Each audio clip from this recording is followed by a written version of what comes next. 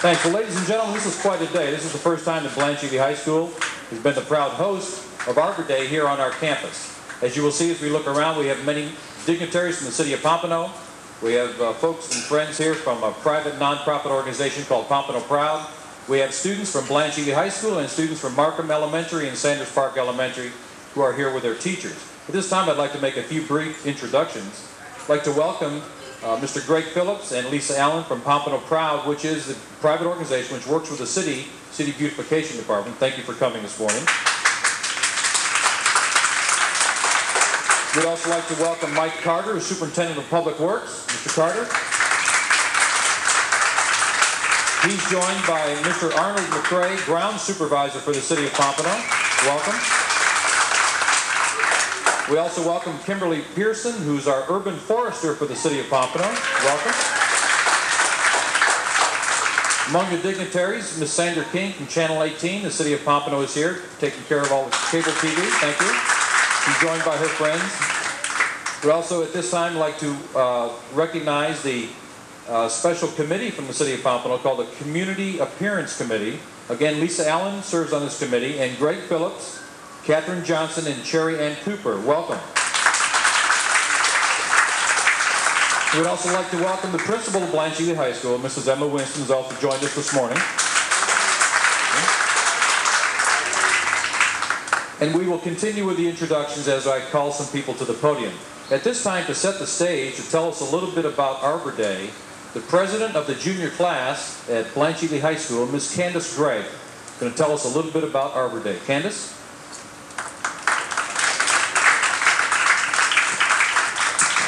Thank you. The idea for Arbor Day originally came from Nebraska. A visit to Nebraska today wouldn't disclose that the state was once a treeless plain. Yet it was the lack of trees there that led to the founding of the Arbor Day in the 1800s. Arbor Day, among pioneers moving into Nebraska territory in 1854, was J. Sterling Morton from Detroit.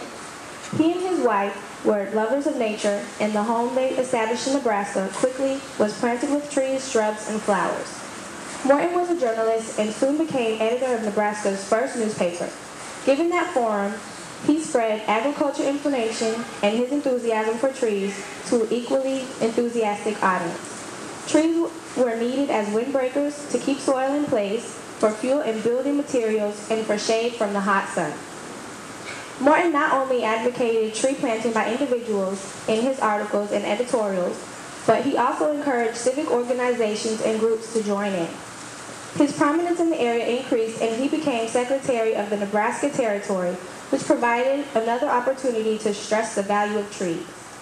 On January 4, 1872, Morton first proposed a tree planting holiday to be called Arbor Day at a meeting of the State Board of Agriculture.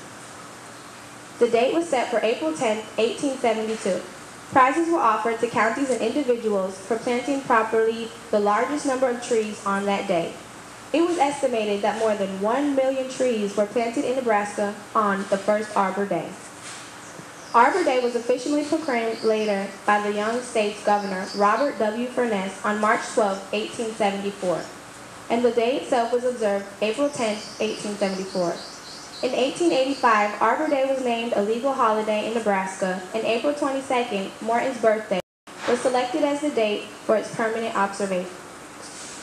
During the 1870s, other states passed legislation to observe Arbor Day, and the tradition continues even today as it is spread worldwide. Thank you. Thank you, Candace. And we appreciate the weather. We moved inside here because we thought there was a threat of rain, but it looks like it's going to be a great day for planting trees, doesn't it, students from Blanche Ely High School? Yes. We have a special guest that's with us this morning. We invited Mr. Mena. Mr. Mena is one of our foreign language teachers. He's also the team leader for the foreign language department at Blanche Ely High School. But he's here this morning representing the Spanish Club, and the students standing behind him are from the Blanche Ely High School Spanish Club. They have a unique interest in Arbor Day because many of the plants that we see on our campus right now were planted because of the hard work of the Spanish Club. Thank you, Mr. Mena, and thank you to the Spanish Club.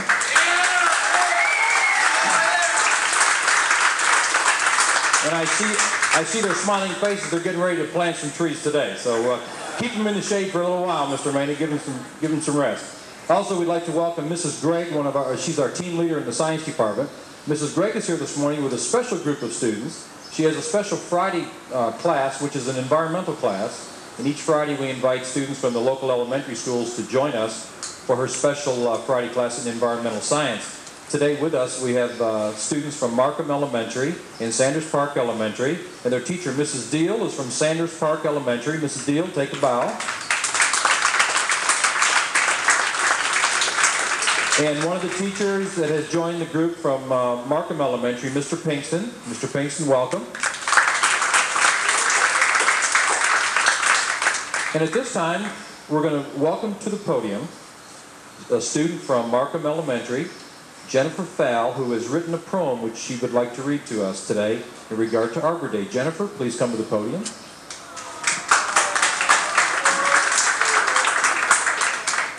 Jennifer Fowle. A special Arbor Day poem. Plants, plants, oh wonderful plants, here is a poem for you. Trees, trees, oh beautiful trees, oh how your leaves fly in the open breeze. Flowers, flowers, oh fantastic flowers, how do you get those fabulous powers? Grass, grass, oh very green grass, how do you survive in this very first class? Earth, earth, oh marvelous earth, how special you are to me. Arbor Day, how excellent Arbor Day, how delightful you seem to be. Thank you, Jennifer. Thank you very much. Jennifer Fowle from Sanders Park. At this time, we have another treat. This student is from Sanders Park Elementary. This is Brittany Robinson, who would like to read us something in regard to Arbor Day. Brittany?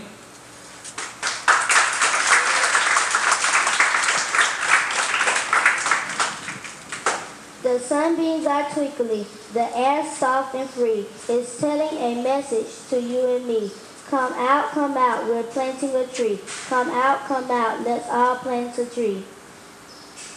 Though now it is slender, no taller than I, it soon will be growing straight up to the sky. A tree that reaches so high, a tree that touches the sky. Thank you very much. That's Brittany Robinson from Sanders Park Elementary. At this time, we're going to call to the podium two students from Sanders Park Elementary who are going to read a dialogue for us. This is Lavana Harper and Ricky Kissoon. Please come to the podium.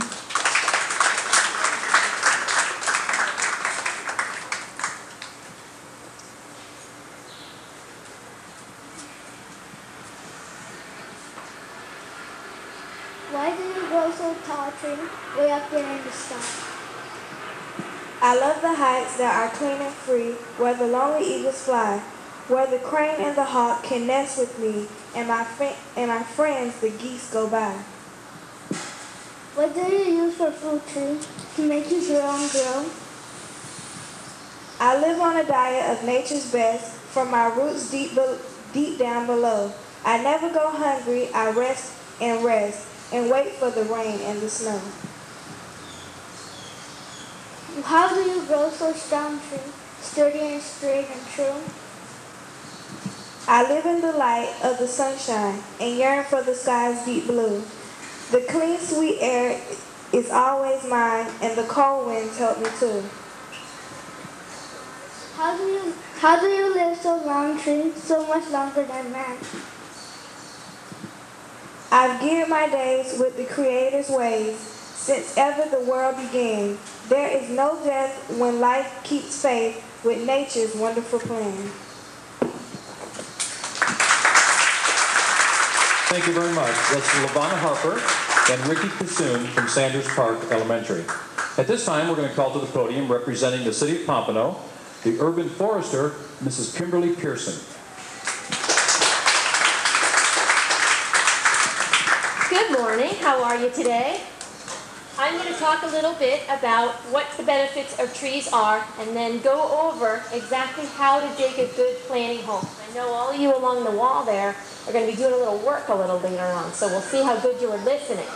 I'm going to just reiterate a little bit what Candace was saying before in her speech about how important trees are. Think about it.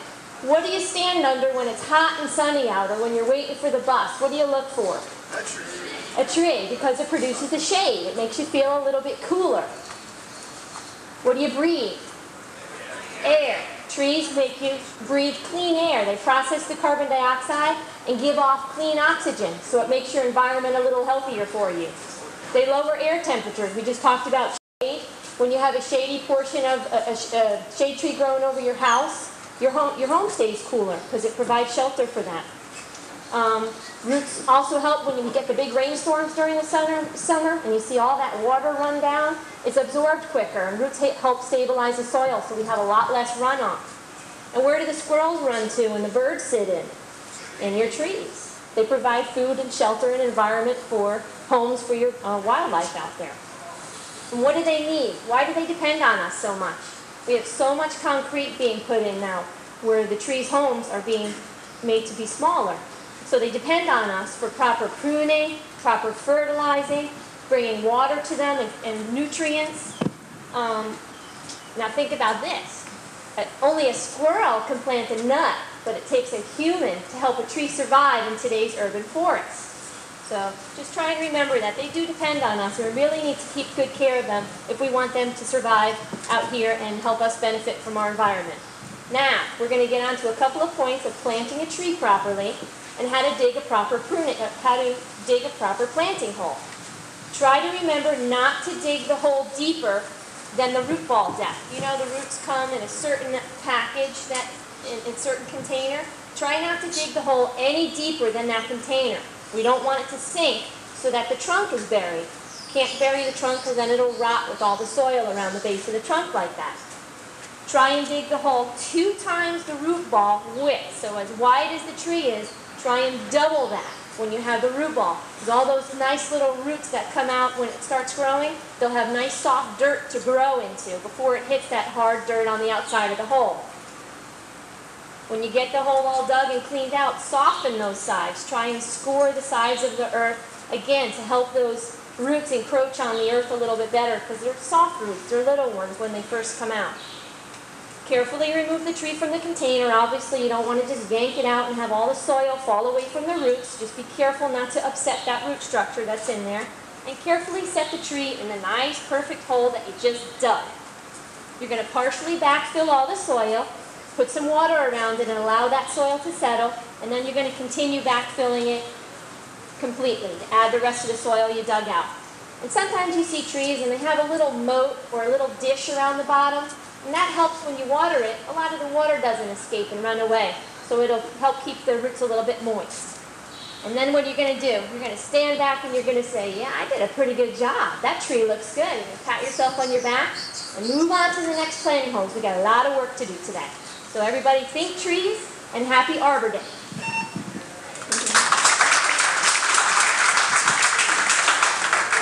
Well, thank you, Ms. Pearson. We appreciate that. Well, are you getting ready to plant, Mr. Maney? Got your group ready? Yes. At this time, we're going to call to the podium the principal of Blanche Ely High School, who has a proclamation to read, and then we'll begin planting. Mrs. Winston, please. Good morning. Before I read the proclamation, I just want to join Mrs. Springer in welcoming all of our guests and thanking all of our participants. What we are experiencing here today is an example of a true partnership between schools, community, and city government. This idea actually had its genesis back in September when a group of faculty members formed a beautification committee. And I happened to have been at the Education Advisory Committee meeting that's sponsored by the city of Pompano Beach, and mentioned that we were starting a beautification project. One of the members of that committee, Mrs. Rayson, said, I need to put you in contact with Pompano Proud. And true to her word, Pompano Proud did not wait for me to contact them. They contacted me. The members came out. We walked the grounds with members of our school beautification committee. They followed up, and here we are today. This project has certainly exceeded my expectations. I want to personally thank Mr. Springer, who coordinated this event. He is true to detail and is very responsible, and what you see today is mainly a result of his hard work and coordination. I also want to recognize and thank our elementary schools. Mrs. Gregg has a project where our high school students serve as mentors, and I guess in many instances, teachers for the elementary schools. They come over on Friday and they're learning about the environment, the nature trail, and this is the first year we've done that, and it has, from what I can hear, it's been a great project.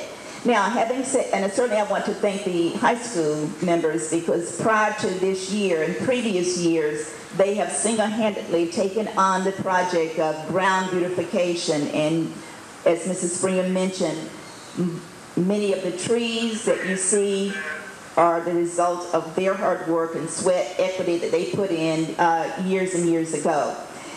Having said that, I'd like to now read a proclamation. Whereas in 1872, J. Sterling Morton proposed to the Nebraska Board of Agriculture that a special day be set aside for the planting of trees. And whereas this holiday, called Arbor Day, was first observed with the planting of more than 1 million trees in Nebraska. And whereas 2002 is the 130th anniversary of the holiday, and Arbor Day is now observed throughout the nation and the world. And whereas trees can reduce the erosion of our precious topsoil by wind and water, cut heating and cooling costs, moderate the temperature, clean the air, produce life-giving oxygen, and provide habitat for wildlife. And whereas trees are a renewable resource, giving us paper, wood for our homes, fuel for our fires, and beautify our community. And whereas trees, wherever they are planted, are a source of joy and spiritual renewal.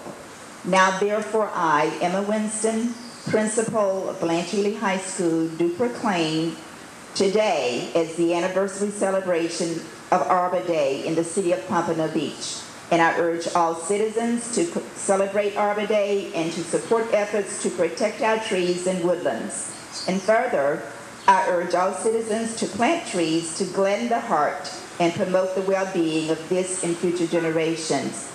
Thank you for coming. Thank you for your participation. And I'm certainly sure that what you do here today will beautify and gladden the hearts of citizens of Pompano Beach and students at Blanche Ely High School for years and years to come. Thank you, Mrs. Winston. And thank you again from my heart for everyone joining us in the celebration this morning. And Mr. Mena, get the shovels ready. It's time to start planting.